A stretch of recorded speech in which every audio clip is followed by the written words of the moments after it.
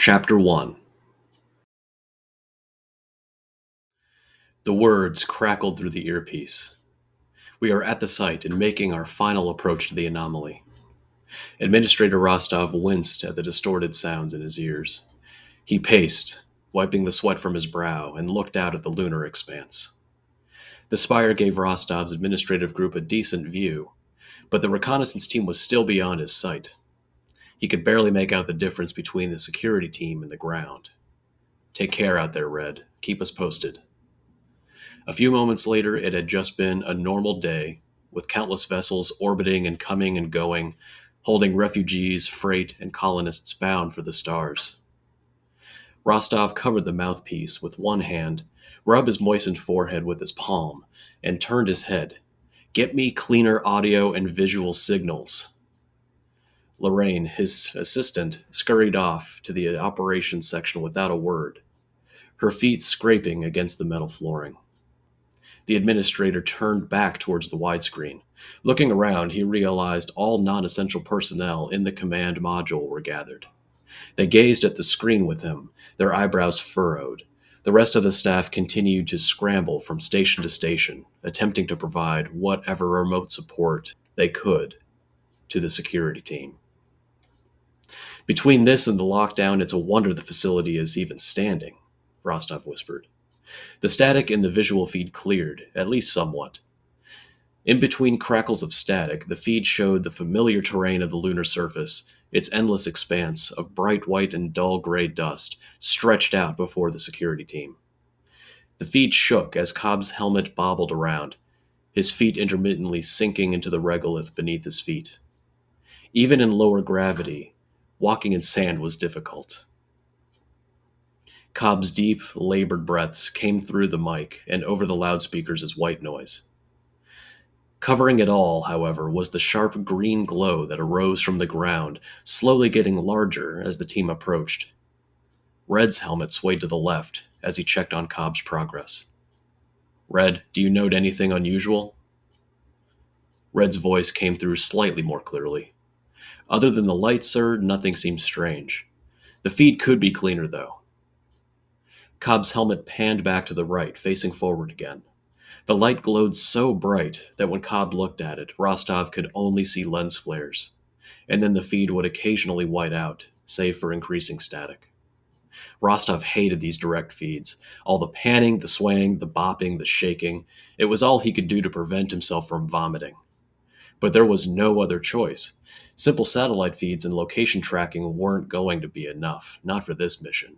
He had to see it, hear it. The administrator heard a whirring sound behind him. He turned and immediately jumped. One of the station's several robotic security sentries stood directly behind him for a moment as part of his routine patrol. Rostov never liked the looks on these things' faces. They had been painted to look friendly and welcoming with their big cartoony eyes and wide, toothy smiles. They were supposed to incite calmness in people, but instead they just gave Rostov the creeps. Yet another loud sound crackled in his ear. Get me a goddamn better feed, and while you're at it, get the goddamn security bot out of here. The bot was smart enough to do what he was told. He bowed his head, simulating a cartoonish shame, and walked out. We're at the site, Administrator. I can see the... Cobb's voice cut out into a deafening scratch, this time so loud it caused everyone gathered at the command center to wince. Rostov's face contorted angrily a second time as he turned sharply around, looking at Lorraine again. Rostov's eyes said it all. Operations tried boosting the signal. They switched to the backup and did a quick power cycle on the primary without interrupting the data flow. This is the best we're getting. Rostov stood up and walked towards her, tearing off the headset and pointing his finger violently to the big screen. Our people are completely exposed out there, investigating who knows what, and we can't get them sufficient comms? Lorraine's upper lip quivered and she began to respond, but Cobb's voice broke through. His comms were also extremely broken. The administrator responded. Say again, Cobb? See the probe, still approaching the light. Rostov watched as Cobb's helmet looked down at the rover they had sent to check out the anomaly. Cobb kicked it, but nothing happened. It's fried. Take a closer look at the anomaly, please. Red hesitated. Rostov could hear him take a deep breath, but then he took a step and looked at the green light shooting into the blackness. At last, some details of the area emerged from the feed. The light appeared to be emanating from some sort of oblong device partially buried in the white ground. Rostov wondered if it could be seen from Earth, and if so, why hadn't they reported it yet? A white glove appeared in the periphery of the feed as Red shielded his eyes. He looked back at Cobb, who had also gotten closer. Together they squatted down to inspect the device. It looked metallic, but otherwise completely ordinary. No writing, no symbols. Red turned around as Cobb began reaching out to touch the device. Rostov squinted and frowned, walking towards the screen to get a better look. Suddenly, a flash. The screen went completely and blindingly white. Then, screams from the security team. The crackling in his ears became so loud he tore off the headset. Rostov whirled around and looked back at Lorraine, his eyes ablaze, not saying a word. "It's not the feed, I just checked." The flash diminished. Rostov looked back just in time to see the video feed filter back in from the whiteout. The green light was gone. He could see what he thought was Red's motionless body lying on the white ground. Looking more closely, he noticed what looked like blood soaking through the team's vacuum suit and staining the white dust. The light emanating from the device had changed from a bright green to a dark red, shooting into space. Jesus Christ. Somebody behind Rostov gagged and someone else gasped. Rostov picked his headset back up and slipped it awkwardly over his head. "Red! Come in, Red!" Nobody responded, but Rostov saw Cobb get up slowly and look towards the device. He heard Cobb's heartbeat come through the headset. His breathing was shallow. "Cobb, can you..." Rostov tried to project calmness, but his throat closed on him, and he coughed. He tried speaking again. "Can you hear me?" "I can hear you, Administrator, but Red..." "Yes, I can see." A console behind Rostov began beeping loudly. Rostov turned towards the sound to see a flurry of technicians rush in to see what the alert was. "What is it?" They touched the console while speaking commands to the computer. "Administrator Rostov, what?" Rostov touched the headset as the crackling continued to invade his ears. It was getting worse. He could barely hear Cobb's voice. "Stand by, Cobb." Lorraine stepped in and whispered to Rostov, covering her mic. "Administrator, the Geiger counters are picking up signals from the device." "What do you mean? How?" Lorraine's face became exasperated as she whispered a demand back to him. "How should I know?" That would certainly explain the feed issues, but something didn't seem right to Rostov. The feed had been acting up before the team had reached the artifact. Suddenly, alarms went off from multiple consoles.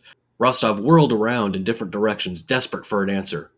"Solar storm!" one of the technicians suddenly yelled. Lorraine muttered under her breath, "I knew it wasn't the equipment."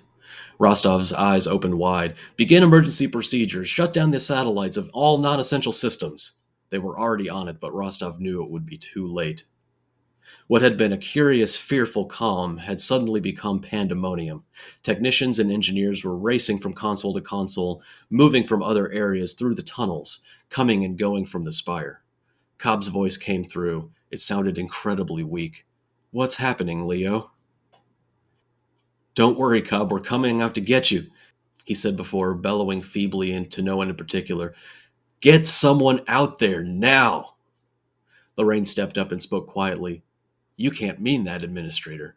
"Fine, I'll go out there." "What? No, that's insane. We need you." But it was too late. Rostov heard more screaming over the headset.